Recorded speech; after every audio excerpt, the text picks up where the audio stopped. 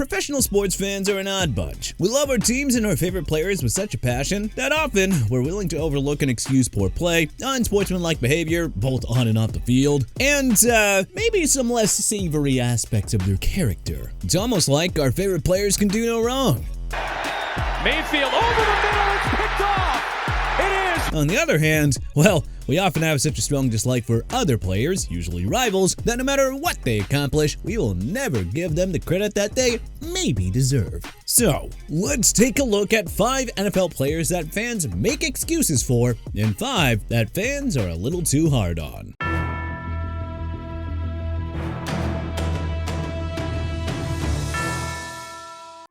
Excuses Tua Tagovailoa. Yeah, there are people out there who will make excuses and defend the play of quarterback Tua Tagovailoa. I am not one of them. I mean, simply put, based on his first 6 seasons in the NFL, Tagovailoa is just not a good quarterback. Heck, instead of improving each year, his skills seem to deteriorate, especially over the last 2. Thus resulting in the Dolphins deciding to cut their quarterback this offseason and absorb a $99.2 million cap hit. That is honestly just absurd. So how the heck can people defend this quarterback? They'll point to his history of concussions and hip injuries, but injuries are a hazard that every single player has to deal with. The greats overcome those injuries. Fans will point out that Tua doesn't have an elite arm strength, but has led the NFL in passing yards in 2023. But, I mean, come on. The Miami coaching staff developed an offensive system to highlight Tua's strengths and hide his weaknesses. The result was a very limited offense that was unable to move the ball downfield and cross the goal line. Despite the negatives, and they are there, fans will defend Tua and excuse his poor play. To that I say, if a team is willing to take an almost $100 million cap hit that'll hamstring the team for 2 years to get rid of a player, well, he's probably not that good. Hard on Trevor Lawrence.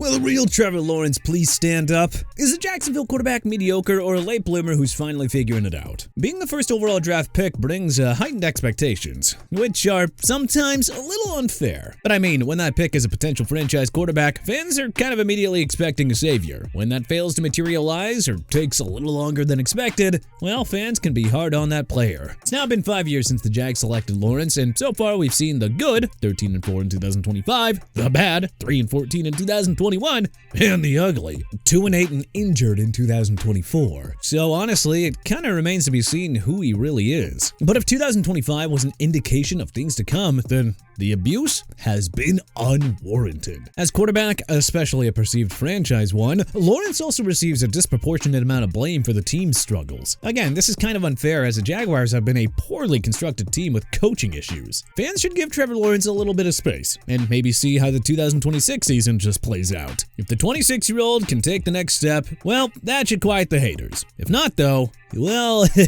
yeah, go ahead and feel free to pile on Trevor Lawrence. Excuses? Josh Allen. Josh Allen is one of the best quarterbacks in the NFL today. I mean, under his leadership, the Bills have become a perennial Super Bowl contender, making the playoffs in the last 7 consecutive years. Although they've come up short of a Lombardi trophy, Allen is typically one of the league leaders in passing every year. In fact, the 2024 MVP and 4-time Pro Bowler has made Buffalo relevant again after a 17-year playoff drought. He's also a likable enough guy, as evident by his numerous commercial endorsements. Yet, none of that should excuse the simple fact that Allen might not be a big game performer. You see, since 2019, when the Bills became a true contender, they have been unable to get past the Kansas City Chiefs. The 2025 season was supposed to be different. Chiefs quarterback Patrick Mahomes was lost for the season with a knee injury. So, with Kansas City finally out of the picture, the road to the Super Bowl was cleared for Buffalo. And yet, the season ended with an overtime divisional round loss to the young Bo Nix and the upstart Denver Broncos. How many years have to end the same way before people call out Josh Allen for what he is? A great regular season quarterback who is just unable to get it done in a big game. Hey, just saying, Bills legend Jim Kelly was the exact same way, and nobody makes excuses for him. Hard on Dak Prescott.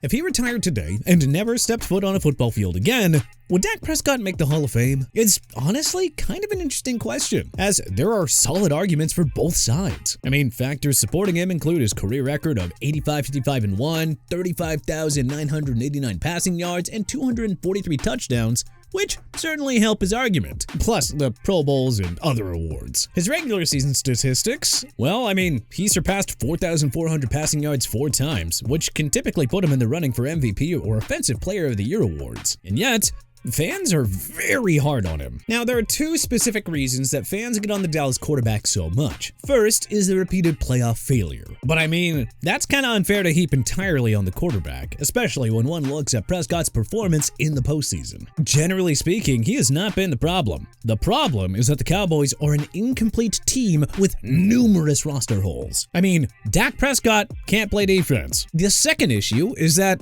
well, he plays for the Cowboys. Dallas is one of the premier and legendary teams in the NFL, and playing for them, especially at quarterback, kinda puts an unfair target on one's back. Heck, just ask Tony Romo. Fans will continue to be hard on him until he wins a Super Bowl, but it's a little bit of a double standard. I mean, you give Josh Allen a pass, but Dak Prescott? Ooh, public enemy number 1. And yet neither of them are really accomplishing much in the postseason. Excuses, Baker Mayfield. Looks like there's something to the fact that fans like to make excuses for quarterbacks, and, well, I think that makes sense, considering that they occupy the most important and prominent position in football. If quarterbacks are among the most excused positions, then Baker Mayfield is one of the most excused quarterbacks. The reason for that are quite numerous. Fans will point to his status as a number 1 draft pick, but make excuses about being drafted by and playing for the Cleveland Browns. While there is a little bit of legitimacy to that argument, as the Browns kinda are the ineptest franchise in the NFL, if not the 4 major professional sports, other number 1 picks often have been able to elevate losing franchises out of the gutter. Mayfield just didn't. Even after an 11-5 season, Mayfield and the Browns regressed to 6 wins the next season. After spending 4 mostly unproductive seasons with the Browns, Mayfield moved on to Carolina, the Rams, and now Tampa. The playing in Cleveland excuse also doesn't hold up because his split stats are pretty even. In 4 seasons with the Browns, he was 29-30. And in his 4 seasons elsewhere, he's 29-32. So, just saying, maybe the problem wasn't Cleveland after all. And maybe the blame can be placed where it should lie, on Baker Mayfield. Hard on Bijan Robinson.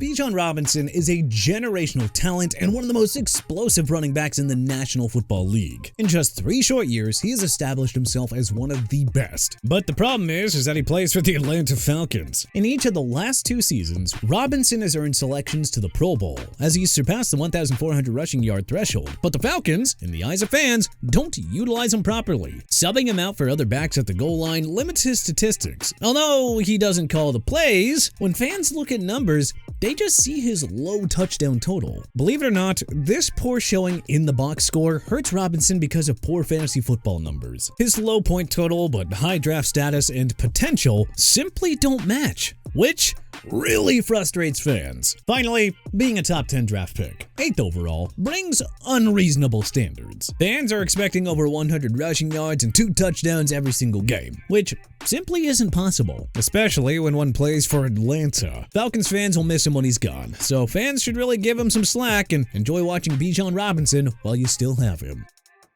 Excuses? Ray Lewis. Based on his play on the gridiron, Ray Lewis is a Hall of Famer and one of the best linebackers to ever play the game. Over his 17-year career, he amassed 1,568 solo tackles and 2,059 combined tackles, which are both records. 12 trips to the Pro Bowl, being named a 7-time All-Pro, a 2-time Super Bowl champ, a Super Bowl MVP, a 2-time AP Defensive Player of the Year, a member of the Hall of Fame All-2000s team, and a Hall of Fame inductee. That right there is one successful NFL player. So, with a resume like that, where would one even look for an area to make excuses for Lewis? Well, let's try off the field. You see, at a party following Super Bowl 34, a group of people got into a fight with Lewis and his crew. As a result of said fight, 2 men were killed. Lewis and 2 others were charged with murder and aggravated assault. Lewis ultimately accepted a plea deal of obstruction in exchange for a testimony against the other 2 defendants. In addition to the obstruction plea, the linebacker's blood-stained white suit from the murder scene was never found, and he would later reach an undisclosed financial settlement with the families of the 2 slain men. Ray Lewis may have been a great football player, but that shouldn't excuse his involvement in an event that he seems to know more about than he said. Hard on Eli Manning.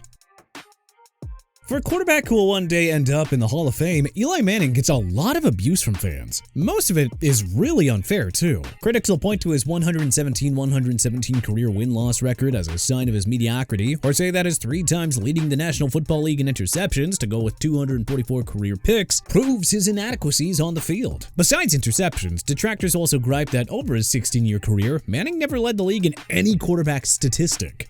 Except interceptions, with several of his career stats falling below the league average, making him a below-average quarterback. And while the numbers don't lie, there's a lot more to the story when it comes to Eli Manning. There were several years that he played on a subpar team that no quarterback would have been able to do anything with. And then, there were the 2 years that he led the New York Giants to Super Bowl titles. In both title games, Manning led the Giants to victories over the Patriots, including New England's bid for a perfect season, earning Super Bowl MVP honors twice. The other 2 reasons fans give Manning a hard time is due to off-field issues. His refusal to play for San Diego after they drafted him certainly didn't endear himself to many fans. And, of course, there's his last name. Peyton Manning is arguably the greatest quarterback ever, so it's a little unfair for fans to hold Eli in comparison to his brother, and yet, they most certainly do.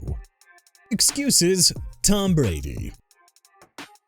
I know this is probably supposed to be about current NFL players, yet here we are writing about another retired player. Well, that's because there might not be another player in NFL history who gets more excuses than Tom Brady. Let's start with the accolades, which of course there are many. I mean, after 23 years in the NFL, among the all-time records that Brady holds are 4 games started, completions, and attempts. His all-time records for 89,214 passing yards and 649 touchdowns will most likely never be broken. He was a 15-time Pro Bowler, a 3-time All-Pro, a 3-time MVP, a 7-time Super Bowl champ, and a 5-time Super Bowl MVP, among many, many other awards. There's a reason that many experts and fans consider Tom Brady to be the greatest quarterback of all time. But every single time, people kind of overlook a pretty big thing. They make an excuse for one very major flaw: the cheating. Like it or not, the Patriots were associated with cheating during Brady's tenure. In 2007, the Pats were punished for spying on the Jets when they illegally videotaped New York's defensive signals. Brady may not have been involved in Spygate, but he certainly benefited from it. In 2015, Brady was suspended for having footballs deflated to his preference. Just saying, where there's smoke, there's fire. And do we really believe that these were the only 2 times that they cheated? I don't know, but it makes them a little hard to trust. And that is why Brady ends up on this list. Hard on place kickers. Is there any other position in pro football that receives more abuse than place kickers? A quarterback who throws a big interception at a critical point in a game will usually not lose their job the very next week. However, if a kicker misses a game-winning field goal or extra point in a key spot, well, they can usually find themselves at the unemployment line the very next week. Look, kicking is not an easy job. It's not a simple task to kick an oblong object dozens of yards in a high-pressure situation with giant, hulking linemen barreling towards you. And yet, fans give kickers a whole lot of grief because, in the eyes of fans, they only got one job: kick the dang ball through the uprights. And, well, there are only 2 options: success or failure. Cause unless there's a penalty, they only get one chance. The list of kickers who have lost their jobs after missing big kicks is long and includes Tyler Loop in 2026, Billy Cundiff in 2019, and Scott Norwood in 1991. Norwood didn't lose his job, but his last-second missed field goal in Super Bowl 25 against the Giants has certainly followed him. Kickers really do not deserve the hate that they get from fans, but I don't think it's gonna stop anytime soon. But hey, what NFL player do you think fans make way too many excuses for? What NFL player do you think fans are maybe a little too hard on? Let us know in the comment section below. If you liked this video and learned a thing or two, then hey, clicking the like button helps us out a ton. And we really appreciate it. If this is your first time coming around to TPS though, then subscribing is a great idea, because we put out videos like this every single day. But as always, thanks for watching, and we'll see you guys next time.